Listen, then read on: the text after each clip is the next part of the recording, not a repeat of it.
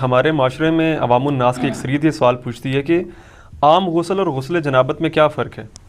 مزید یہ کہ اگر ہم غسل کو سنت کے مطابق ادا کریں تو کیا ڈائریکٹ نماز پڑھ سکتے ہیں یا پھر نماز پڑھنے کے لیے الگ سے وضو کرنا پڑے گا؟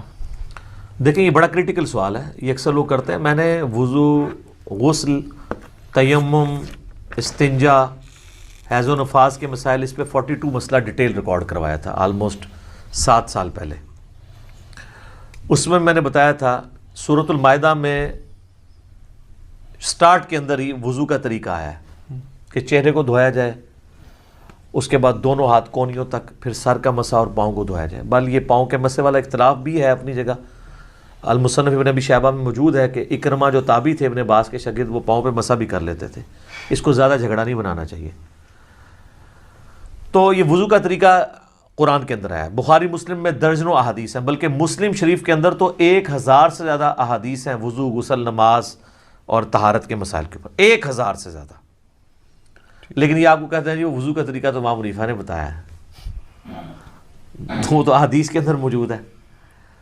تو آپ بخاری مسلم دونوں میں حدیث موجود ہے کہ نبی علیہ السلام غسل کیسے کرتے تھے۔ امہات المومنین نے روایت کی ہے کہ نبی علیہ السلام جب بھی غسل جنابت کرتے تھے تو آپ علیہ السلام غسل کرنے سے پہلے استنجا کیا کرتے تھے۔ اس کے بعد آپ علیہ السلام زمین پہ ہاتھ مار کے مٹی لیتے تھے، اس زمانے میں ظاہر صابن تو نہیں ہوتا تھا، اور مٹی اس جگہ پہ ملتے تھے جہاں پہ مری وغیرہ لگی ہوتی تھی تاکہ اس کو صاف کر دیں۔ ظاہر وہ سمپل پانی سے تو صاف نہیں ہوگی۔ اس کے بعد آپ علیہ السلام، بخاری مسلم کے الفاظ ہیں کہ نماز کا سا وضو کرتے تھے، کلی کرتے تھے، غرغرے کے ساتھ سنت ہے، ناک میں پانی ادھر تک چڑھاتے تھے، اور وہ ابو داؤد میں الفاظ موجود ہیں کہ اگر روزہ نہ ہو تو پھر تو آپ اوپر تک چڑھائیں، روزہ ہو تو آپ بس نارمل ہی جتنے ہے پانی ہے۔ اس کے بعد چہرہ دھوتے تھے، نماز کا سا وضو کرتے تھے، پاؤں چھوڑ دیتے تھے۔ اس کے اندر ایک حکمت تھی، کیونکہ کیچڑ تھا، نیچے پانی جمع ہوتا تھا، اور اس زمانے میں لوگ شلوار نیچے سے نہیں پہنتے تھے، تہمد ہوتی تھی، نیچے سے پہنے تو کیچڑ پاؤں پہ لگ جائے۔ تہمد میں جو کر رہا ہے تو وہ تو اوپر سے پہن لے گا اور پاؤں اس کے کیچڑ والے ہوں گے، اور بخاری مسلم میں الفاظ ہیں نبی علیہ السلام باہر آ کے پاؤں دھوتے تھے۔ آج کل ایسا نہیں ہے، آج تو ہم اس اسماعی سے گزر نہیں رہے، ہم تو ٹائلز والے باتھ روم میں ہوتے ہیں، ساتھ ساتھ پانی بہتا رہتا ہے، وہ پاک ہوتا جاتا ہے، نکل جاتا ہے۔ ورنہ تو ہماری مصیبت ہو جائے، ہم پہلے تولیہ باندھ کے باہر نکلیں اور پاؤں دھوئیں اور اس میں وہ چھینٹیں بھی نہ پڑیں، پھر شلوار پہنیں۔ اب تو یہ ضرورت ہی نہیں اندر ہی، تو آپ پورا وضو بھی کر سکتے ہیں۔ اچھا، چونکہ نبی علیہ السلام وضو کرتے تھے اور اس سے پہلے استنجے والی جگہ سب کچھ دھو چکے ہوتے تھے، اور اس کے بعد آتا ہے پھر آپ علیہ السلام 3 دفعہ جو وہ سر پہ پانی بہاتے تھے، دائیں طرف بائیں طرف۔ ذرا وہ غسل ہوتا تھا ایک برتن اور بالٹی کے ذریعے، تو وہ اسی طریقے سے ہی ہوگا۔ آج کل تو شاور ہے، مسئلہ ہی کوئی نہیں ہے۔ تو اس کے بعد آپ پاؤں باہر نکل کے دھوتے تھے، اور اسی وضو کے ساتھ غسل کے ساتھ وضو بھی شمار ہو جاتا تھا۔ لیکن یہ اس صورت میں ہے جب غسل کے دوران آپ کے ساتھ کوئی ایسا معاملہ نہ ہو جو وضو کو توڑ دیتا ہے۔ اگر اسی دوران کسی کی ہوا خارج ہو جاتی ہے یا پیشاب کا قطرہ نکل جاتا ہے تو پھر وہ غسل کر کے نکلے اور کہ جی میرا وضو ہو گیا، تو اپنے آپ کو ہی دھوکہ دے رہا ہے۔ کیسے ہو گیا؟ اس کو تو پھر اینڈ پہ دوبارہ سے وضو کرنا ہوگا۔ یا اسی دوران اگر شرمگاہ کو ہاتھ لگ جاتا ہے، اگرچہ اختلافی مسئلہ ہے لیکن کبھی دلائل اسی طرف ہے کہ نیکڈ اگر شرمگاہ کو ہاتھ لگ جائے، یعنی ڈائریکٹ پردے میں حائل ہو کے لگے وہ تو کوئی مسئلہ نہیں، ڈائریکٹ لگ جائے تو اس کا وضو ٹوٹ جاتا ہے۔ تو اس میں بہتر یہی ہے کہ احتیاط اسی میں ہے کہ آپ اینڈ پہ دوبارہ وضو کر کے ہی باہر نکلیں، کیونکہ بعض اوقات ہاتھ لگ ہی جاتا ہے اور اتنا دھیان بھی نہیں رہتا اس طرح کے معاملات میں۔ لیکن اگر یہ سارا معاملہ ہے تو کوئی مسئلہ نہیں ہے، پھر تو آپ کا وضو اور غسل اکٹھا ہی ہوگا، آپ کو دوبارہ وضو کرنے کی ضرورت نہیں ہے۔ مثلا آپ کو تالاب میں کوئی پھینک دے، دھکا بھی دے دے اور غوطہ بھی آ جائے تو ساتھ ہی سارا غسل اترے۔ سب سے آسان جو غسل ہے نا تالاب میں، 1 منٹ بھی نہیں چاہیے تالاب کا غسل کرنے کے لیے، آپ کو سیکنڈز میں غسل ہوتا ہے، کوئی پورا جسم دھل جاتا ہے۔ ٹھیک ہے۔ اچھا، اگلے زمانوں میں لوگ کپڑوں سمیت غسل کیا کرتے تھے، یعنی ایک لنگوٹا باندھ کے، پورا نہیں، جب کبھی اوپن جگہ پہ نہانا ہوتا تھا۔ آج کل بھی ایسے ہی ہوتا ہے۔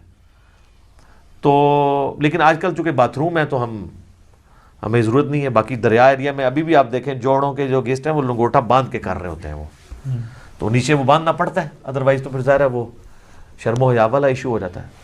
تو پھر اگر ایسی صورتحال ہوگی تو اگر کوئی وضو کے توڑنے والی چیز نہیں ہوئی تو آپ غسل کے بعد آپ کا وضو شمار ہو جائے گا، غسل جنابت ہو جائے گا. کئی شادی شدہ لوگ ہیں ان کو بالکل غسل کا طریقہ نہیں پتہ، ٹھیک ہے، اور ان کو بالکل پتہ ہی نہیں. باقی رہا عام غسل بھی سنت کے مطابق ہی کرنا چاہیے. عام غسل ویسے کون سا ہوتا ہے؟ وہ تاری لانا ہے جڑا گرمی دور کرنے واسطے، وہ غسل تو نہیں ہوتا، وہ تو خالی تاری لگانا ہے. ہر غسل سنت کے مطابق ہی آپ نے کرنا ہوگا. اگر عام غسل سے مراد آپ نے صحیح بخاری مسلم میں حدیث ہے کہ جمعے کا غسل کیا جائے، اور مسلم میں الفاظ ہے کہ ہفتے میں ایک دن غسل کیا جائے، تو وہ سنت کے مطابق ہی کرنا ہوگا. یا عید کے اوپر غسل کرنا سنت ہے تو سنت کے مطابق ہی کرنا ہوگا، ٹھیک ہے. اسی طریقے سے میت کو غسل دینے کے بعد جب جسم پہ چھینٹے پڑ جاتے ہیں اور پھر آپ نے غسل کرنا ہے تو سنت کے مطابق کریں، یا اتنا حصہ بھی دھو لیں تو وہ بھی کافی ہے. وہ غسل والا حکم منسوخ ہو چکا ہے، اتنا حصہ بھی دھو لیا جائے کافی ہے. تو غسل جب بھی کریں سنت کے مطابق ہی کریں تاکہ آپ کی عادت نہ ٹوٹے. بل عام غسل آپ جس بھی طریقے سے کر لیں گے ظاہر ہے اس میں تو پھر کوئی ایسا ایشو نہیں ہے. آپ جب کر کے ازائے وضو پہ جب پانی بہہ جائے گا تو خود بخود آپ کا وضو ہو جائے گا، بشرطے کہ اس دوران کوئی وضو توڑنے والی چیزیں نہ ہوں. اسلامی بہنوں کے لیے میں عرض کر دوں کہ ان کے غسل میں فرق ہے.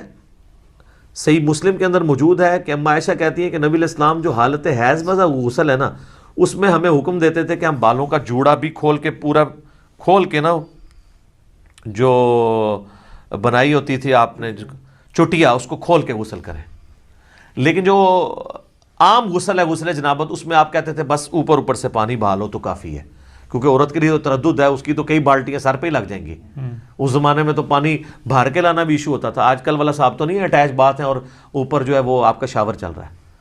تو اسی والے سے وہ سیدہ عائشہ کے پاس کچھ تابعین آئے بھی تھے، وہ مانتے ہی نہیں تھے کہ جی آدھی بالٹی سے کیسے غسل ہو سکتا ہے. تو عائشہ ان کے سامنے آدھی بالٹی لے کے گئیں پردے میں، موٹے کپڑے میں. اس وقت ظاہر اٹیچ باتھ کپڑے والے ہی ہوتے تھے. ٹوائلٹس گھروں میں نہیں ہوتے تھے، گھروں کی چھت پہ ہوتے تھے یا باہر زمین میں، لیکن باتھ روم تو گھر کے اندر ہوتے تھے کیونکہ اس میں بدبو والا نہیں، پانی بہہ جاتا ہے. وہ کہتے ہیں جی سیدہ عائشہ نے غسل کر کے دکھایا، بخاری مسلم میں آتا ہے. تو میں نے اس کو بھی جواب دیا تھا، وہ انہوں نے ان کے سامنے نہیں کیا، ان کا وہم نکالا ہے کہ دیکھو اندر ٹوٹی بھی کوئی نہیں ہے، میں یہ پانی لے کے جا رہی ہوں، اسی سے غسل کر کے نکلوں گی. تو وہ ان کا وہم نکالنے کے لیے تھا.